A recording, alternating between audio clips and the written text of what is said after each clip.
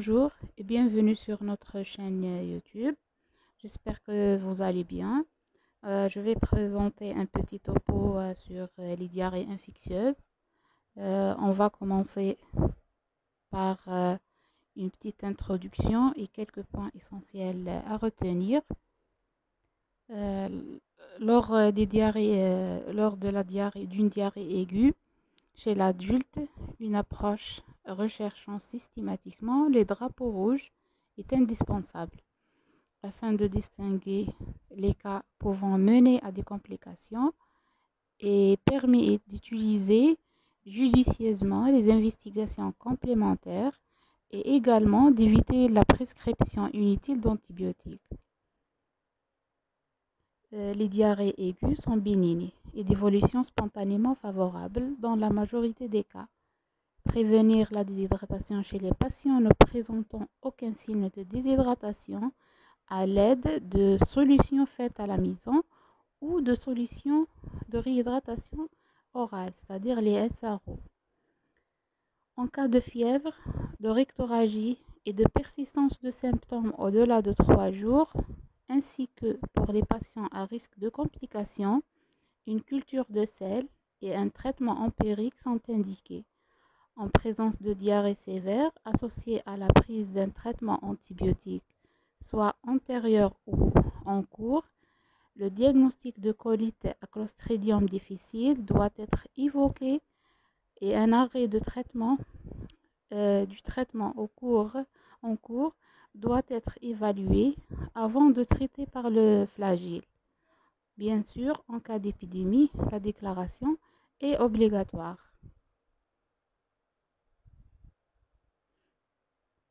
On commence par une définition. C'est quoi une diarrhée?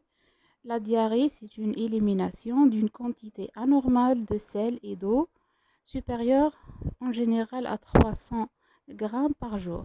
Selon l'évolution, la diarrhée, on distingue 3 types de diarrhée. On a les diarrhées aiguës, c'est-à-dire une évolution moins de 2 semaines. Une diarrhée prolongée, c'est-à-dire l'évolution elle est entre 2 et 4 semaines. Et une diarrhée chronique, c'est-à-dire l'évolution supérieure à 4 semaines.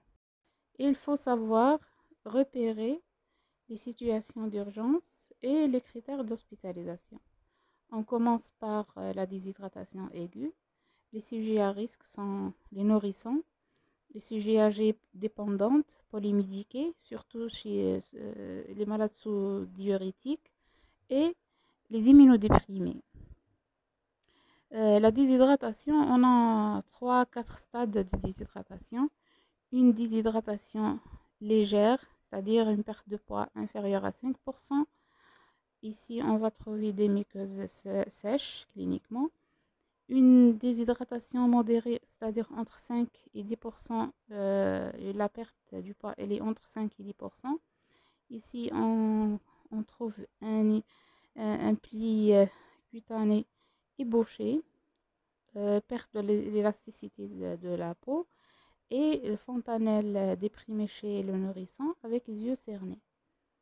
On peut, pour la déshydratation sévère, c'est-à-dire plus de 10%, le pli cutané est franc.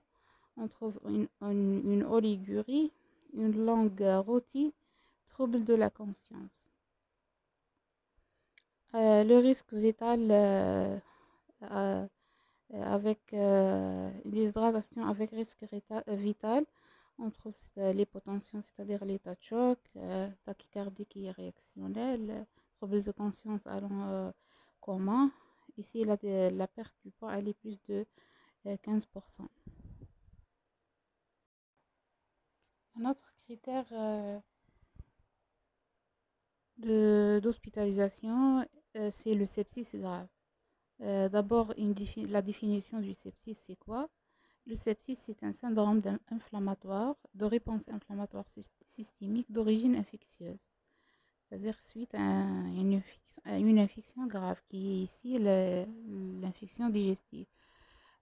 Pour le CIRS, on a 4 critères de définition du syndrome inflammatoire systémique.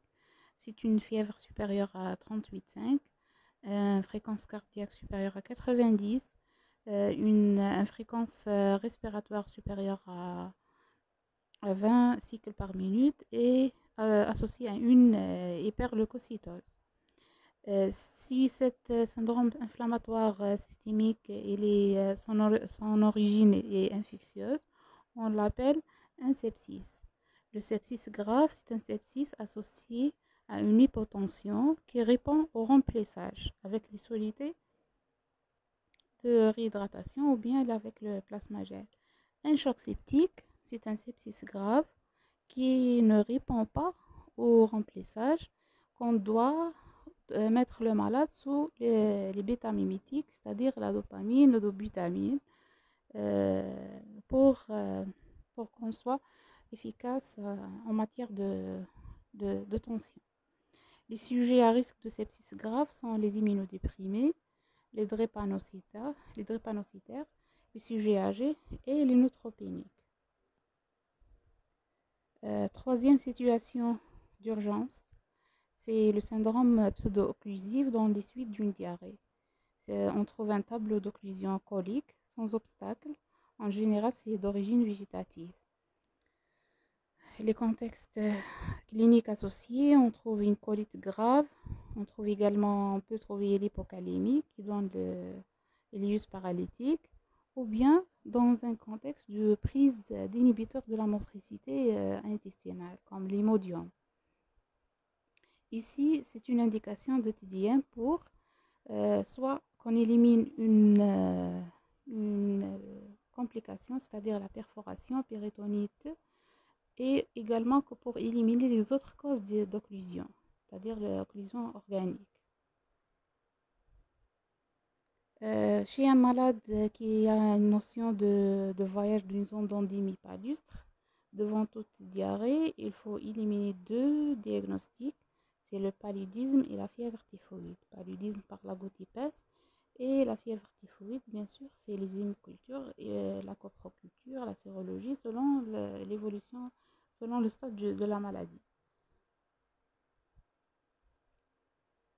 Les critères d'hospitalisation devant tout malade qui présente une diarrhée, on a l'âge moins de 3 mois, la décompensation d'une comorbidité, les vomissements qui empêchent la réhydratation orale, une déshydratation plus de 5%, avec une perte de poids plus de 5%, un collapsus et un sepsis grave, trouble de la vigilance, notion de retour d'un voyage d'une zone d'endémie, palustre, un niveau socio-économique bas et la cholectasie.